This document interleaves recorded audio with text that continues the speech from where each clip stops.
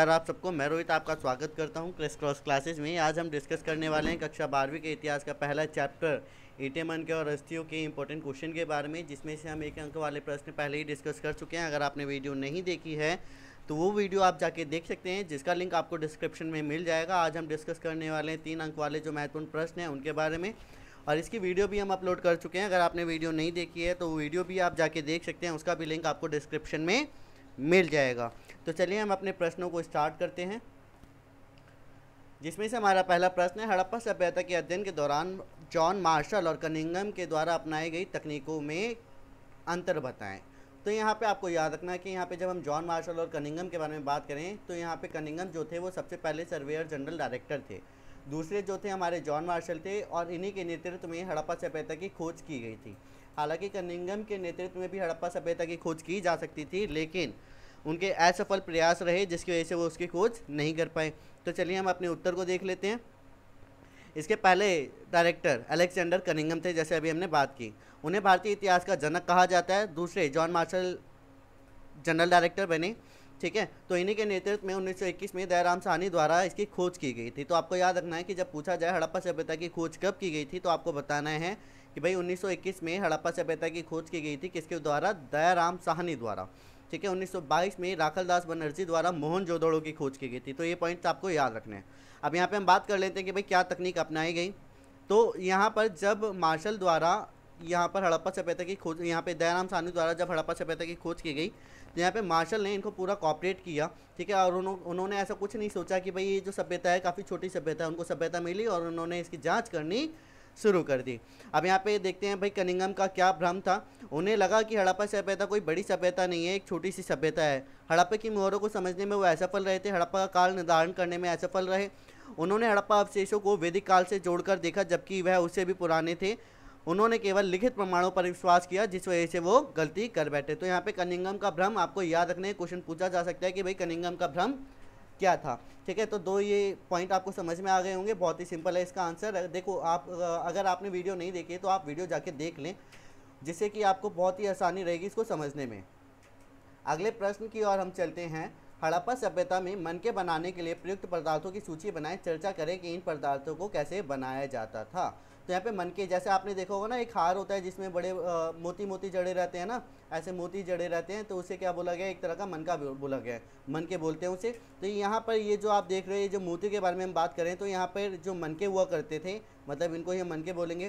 तो यहाँ पे इनका जो आकार हुआ करता था वो एक शेप का नहीं हुआ करता था। जैसे हम बात करें कि यहाँ पे आकार इसका है गोलाकार, तो वहाँ पे ऐसा कुछ नहीं था कि एक ही आकार का हुआ करता था। गोलाकार, चक्राकार, बेलनाकार, अलग अलग तरीक़ों से यहाँ पर जो मनके थे वो बनाए जाते थे।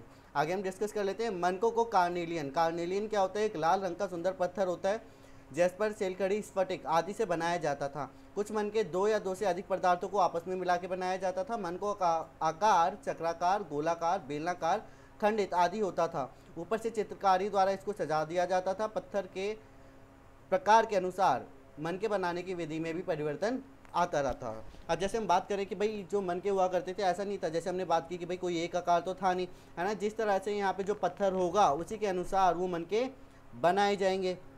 अब यहाँ पे जो हम बात करें, मनके जो थे क्या एक ही जगह पर मिल जाते थे? हम बोलेंगे नहीं, मनके जो थे वो एक ही जगह से नहीं मिलते थे। जैसे हम बात करें कि कुछ ऐसे पत्थर हुआ करते थे जो कि काफ़ी महंगे हुआ करते थे, एक्सपेंसिव हुआ करते थे, या फिर कुछ ऐसी चीज़ें जो कि एक पर्टिकुलर क्षेत्र में नहीं मिलती थी, वो दूसरे क्षेत्रों से मंगाई जाती थी। तो यहाँ पे हम देख लेते हैं जो अन्य क्षेत्रों से मंगाए जाने वाले कच्चा माल था कौन कौन सा था। नागेश्वर और बालाकोट से शंख मंगाए जाते थे। लोथल से कार्नेलियन पत्थर। राजस्थान और उत्तर गुजरात से सेलखड़ी, सेलखड़ी नामक पत्थर बोलते हैं, ठीक है, जिसे मोर बने हुआ करती थी। राजस्थान के खेतड़ी से क्या मंगाया जाता था? तांबा मंगाया जाता था। तो आपको याद रखना है कि कोई भी पर्टिकुलर सामान किसी एक क्षेत्र में उपलब्ध नहीं था। जैसे हम बात करें कि 2 प्रकार की चीज़ें होती हैं, एक रोज़मर्रा की वस्तुएं होती हैं और दूसरी जो होती हैं वो विलासिता की वस्तुएं होती हैं। रोज़मर्रा की वस्तुएं वो होती हैं जो कि हमारे को डेली लाइफ में यूज़ करनी होती है और जो हमारे को आसानी से उपलब्ध हो जाती है। वहीं पे हम विलासिता की वस्तु के बारे में बात करें, विलासिता की वस्तुओं का मतलब है कि एक ऐसी वस्तु जो कि उस स्थान पर ना हो और हमारे को बाहर से मंगवानी पड़े। मतलब वो जो हुआ करती थी वो काफ़ी एक्सपेंसिव हुआ करती थी। क्या हुआ करती थी?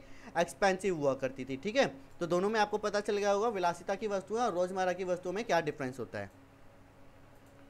तीसरे प्रश्न पर हम चलते हैं। मोहनजोदड़ो के विशाल स्नानागार का संक्षिप्त में वर्णन कीजिए। तो देखो यहाँ पे स्नानागार के बारे में बात करें तो जो स्नानागार थे वो हमारे को दुर्ग पर मिले हैं। कहाँ पर मिले हैं? हमारे को दुर्ग पर मिले हैं ना। तो दुर्ग पर बहुत बड़े बड़े स्नानागार के अवशेष मिले जिनका आकार 12 मीटर लंबा, 7 मीटर चौड़ा और लगभग 2.4 मीटर क्या था? गहरा था। ठीक है, इसके चारों ओर क्या हुआ करते थे? बरामदे हुआ करते थे। क्या होते थे? बरामदे हुआ करते थे इसके चारों ओर। ठीक है, यहाँ पे सीढ़ियाँ भी हुआ करती थी।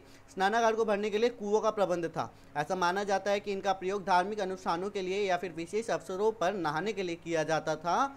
जलाशयों में तल तक जाने के लिए उत्तरी और दक्षिणी ओर से सीढ़ियाँ भी बनाई गई थी। इन सभी जलाशयों का मुख्य नालियों से जोड़ा गया था। अब जैसे हम बात करें यहाँ पे जलाशय अगर हम ले लें तो यहाँ पे इसके दोनों तरफ क्या हुआ करती थी? सीढ़ियाँ हुआ करती थी। ठीक है, और जैसे हमने बात की कि भाई इसके चारों ओर क्या हुआ करते थे? बरामदे भी हुआ करते थे। यहाँ पे ये जो हम जलाशय के बारे में बात करें, ये जलाशय जो थे वो विशेष अवसरों या फिर अनुष्ठानों के लिए उपयोग किए जाते थे। ऐसा नहीं था कि भाई रेगुलर के लिए हम यहाँ पर इसका उपयोग करेंगे, नहीं, यहाँ पे इसका उपयोग करते हैं अनुष्ठानों के लिए और विशेष अवसरों के लिए। ठीक है, और यहाँ पे जो पानी भरा जाता था वो किसके द्वारा भरा जाता था? कुओं की मदद से। तो होप ये वाला पॉइंट भी आपको समझ में आ गया होगा, ये प्रश्न भी आपको समझ में आ गया होगा। आगे हम चलते हैं। हमारा चौथा प्रश्न जो है, हड़प्पा निवासियों की आर्थिक गतिविधियों पर प्रकाश डालें। तो मतलब वो किस तरह से अपना जीवन निर्वाह करते थे, हमारे को उसके बारे में जानना है। तो यहाँ पे हड़प्पा वासियों की आर्थिक गतिविधियाँ जो हैं निम्नलिखित है।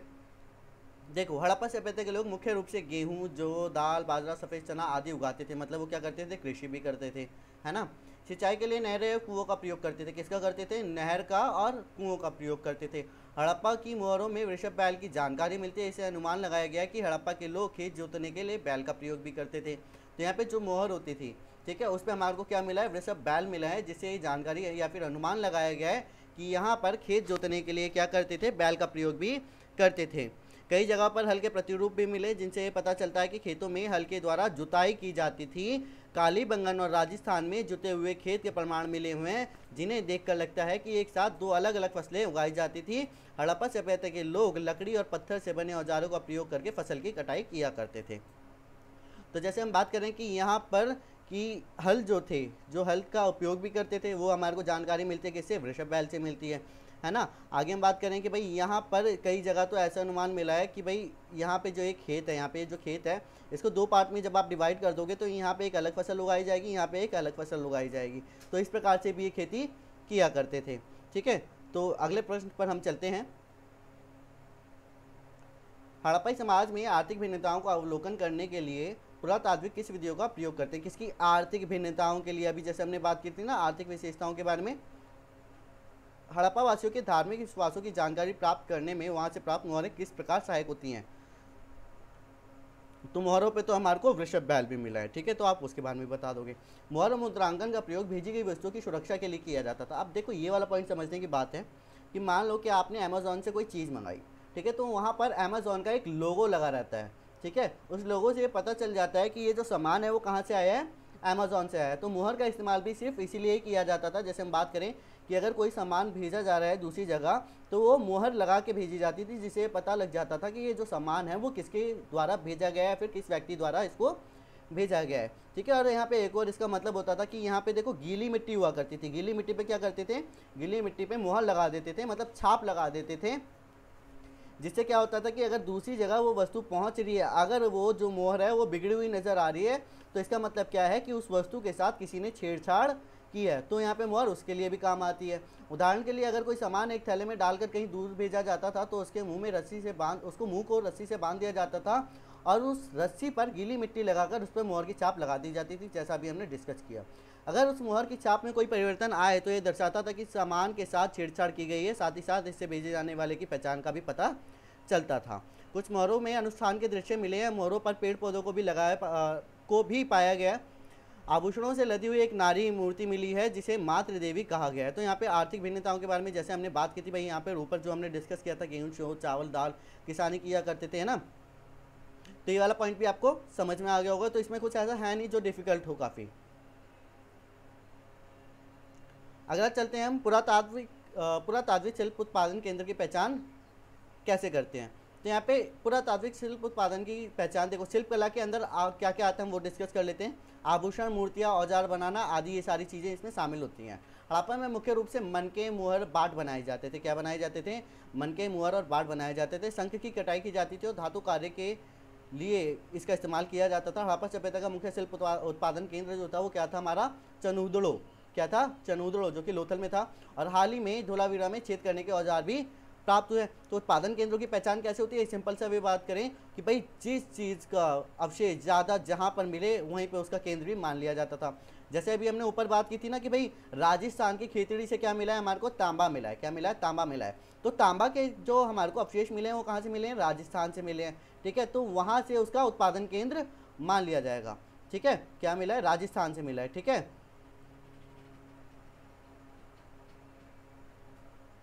तो आपको ये चीज़ याद रखनी है। तो चलिए हम आगे चलते हैं। जनरल कनिंघम कौन थे, जैसे हमने बात की, जो पहले जनरल डायरेक्टर थे, सर्वेयर जनरल डायरेक्टर थे, वो हमारे कौन थे, कनिंघम थे, अलेक्जेंडर कनिंघम इनका पूरा नाम था। वह किस प्रकार हड़प्पा के महत्व को समझने में चूक गए, जस्ट अभी हमने ऊपर डिस्कस किया है इसके बारे में, और बहुत ही ज़्यादा सिंपल आंसर भी है इसका। सन 1861 में कोलकाता में भारतीय पुरातत्व विभाग की स्थापना की गई। किसकी की गई, भारतीय पुरातत्व की स्थापना की गई। पुरातत्व वह संस्था होती है जो एक देश के इतिहास से संबंधित जानकारियों की जांच करता है।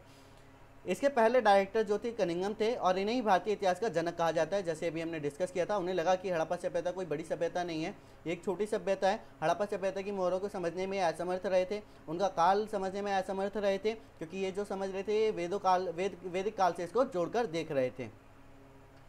और यहाँ पे जो हम बात करें कि ये ज़्यादा से ज़्यादा जैसे उन्होंने केवल लिखित प्रमाणों पर विश्वास किया, जिस वजह से वो गलती कर बैठे। मतलब जो उनको लिखित प्रमाण मिले सिर्फ उसी पे उन्होंने क्या किया, विश्वास किया।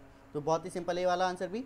अब हम डिस्कस करते हैं हमारा 8वां क्वेश्चन जो है उसके बारे में। हड़प्पा सभ्यता की जल निकासी प्रणाली पर संक्षिप्त टिप्पणी लिखी है। तो याद रखना है कि भाई जब जल निकासी प्रणाली के बारे में बताना है तो आपको याद रखना है कि जल निकासी प्रणाली जो थी वो सबसे अनूठी प्रणाली में से एक थी। चलिए हम डिस्कस करते हैं। इसको नियोजित ढंग से नालियों एवं गलियों का निर्माण किया गया था। देखो नियोजित ढंग से मतलब है, जैसे हम बात करें कि जब भी वर्षा होगी तो उसमें उसका जो पानी है वो क्या होगा कि आराम से नालियों में चला जाएगा, वहाँ पे किसी भी प्रकार की गंदगी नहीं होगी। नालियों के निर्माण के लिए जिप्सम का गारे का प्रयोग किया गया था। नालियों को ईंटों से ढका जाता था ताकि कूड़ा करकट से बचाया जा सके। देखो अगर नालियों में कूड़ा करकट जाएगा तो ऑब्वियस सी बात है कि पानी जो है वो क्या हो जाएगा, ओवरफ्लो हो जाएगा, जिसकी वजह से क्या होता है कि भाई नाले को ढक दिया जाता था। ठीक है, वर्षा जल निकास के लिए विशेष प्रबंध किया गया था, जैसे जस्ट अभी हमने डिस्कस किया था। तो इसका आंसर भी बहुत ही ज़्यादा सिंपल है, इसमें कुछ ऐसा हार्ड है नहीं। अगले प्रश्न पर हम चलते हैं। हड़प्पा सभ्यता के अंत के लिए कौन से कारण उत्तरदायी थे। तो देखो अगर आपने मोहनजोदाड़ो मूवी देखी होगी तो उसमें क्या था कि अंत का कारण सिर्फ एक ही बताया गया था। वो क्या, वो बताया गया था बाढ़। क्या बताया गया था, बाढ़ बताया गया था। लेकिन ऐसा कुछ भी नहीं है कि उसका एक पर्टिकुलर कारण नहीं बताया गया कि भाई सिर्फ उसी वजह से इसका अंत माना गया है। ठीक है, तो इसका अंत किस वजह से हुआ था, देखो अलग अलग कारण बताए जाते हैं कि भाई इसका अंत जो हुआ था भूकंप से हुआ था, सिंधु नदी का रास्ता बदल जाना, जलवायु परिवर्तन, वनों की कटाई, आर्यों का आक्रमण। तो ये सारे के सारे आप पॉइंट्स लिख दोगे कि वहाँ पे कोई पर्टिकुलर ऐसा कारण नहीं बताया गया जिसकी वजह से इसका अंत हुआ होगा। ठीक है, तो ये वाला पॉइंट भी बहुत ही ज़्यादा सिंपल है। आगे हम चलते हैं अपने नेक्स्ट प्रश्न पर। यहाँ पे हमारा नेक्स्ट प्रश्न जो है वो 10वां है। ठीक है, यहाँ पे लिखा हुआ है, तो यहाँ पे हमारा 10वां है। मोहनजोदड़ो के आवासीय भवनों की विशेषताओं को स्पष्ट कीजिए। तो वहाँ पे भवन किस प्रकार बने हुए थे वो हम डिस्कस कर लेते हैं। देखो मोहनजोदड़ो में साफ सफाई का विशेष ध्यान रखा जाता था, जैसे हमने बात की। आंगन के चारों तरफ कमरों का निर्माण किया गया था। किसके कमरों का निर्माण किया गया था, जैसे हम बात करेंगे मान लो ये घर है। ठीक है, तो यहाँ पे घर के आगे तो एक दीवार खड़ी की जाती थी। क्यों, क्योंकि जैसे मान लो कि कोई व्यक्ति अगर घर में एंट्री कर रहा है तो वो सामने आंगन में क्या कार्य चल रहा है वो नहीं देख सकता था, जिसकी वजह से उसको घूमकर जाना पड़ता था। ठीक है, और यहाँ पे जैसे हम बात करें कि भाई आंगन के चारों ओर क्या हुआ करते थे, कमरे बने हुआ करते थे। ठीक है, प्रत्येक घर की दीवारों के बाहर एक नाली अवश्य हुआ करती थी, क्योंकि भाई जैसे अगर कोई भी पानी जाएगा मतलब स्नानागार से पानी होता हुआ जाएगा वो नाली में मिल जाएगा, और जो नाली से पानी जाएगा वो कहाँ मिलेगा, एक मुख्य नाले में जाकर मिल जाएगा। घर में बड़े बड़े आंगन हुआ करते थे। हर घर में पक्की ईंटों का बना हुआ स्नानागार हुआ करता था। घरों के अंदर कुओं का निर्माण किया जाता था। पानी की निकासी के लिए घर घर में नालियों का प्रबंध किया गया था। इस आंगन का उपयोग खाना पकाने व अन्य कार्यों के लिए किया जाता था। निचले कमरों में खिड़कियां नहीं होती थी और दरवाजे आंगन की तरफ खुलते थे। कहाँ की ओर, आंगन की तरफ खुलते थे। जैसे हमने बात की ना कि यहाँ पर ये कमरे हैं तो यहाँ पे आंगन की तरफ इसके कमरे खुलेंगे। स्नानागार की नालियों बाहर गलियों की नालियों से जुड़ी हुआ करती थी, जैसे हमने डिस्कस किया। कई घरों में सीढ़ियाँ मिली हैं, जिससे स्पष्ट होता है कि वहाँ मकान 2 मंजिलों के भी होते थे।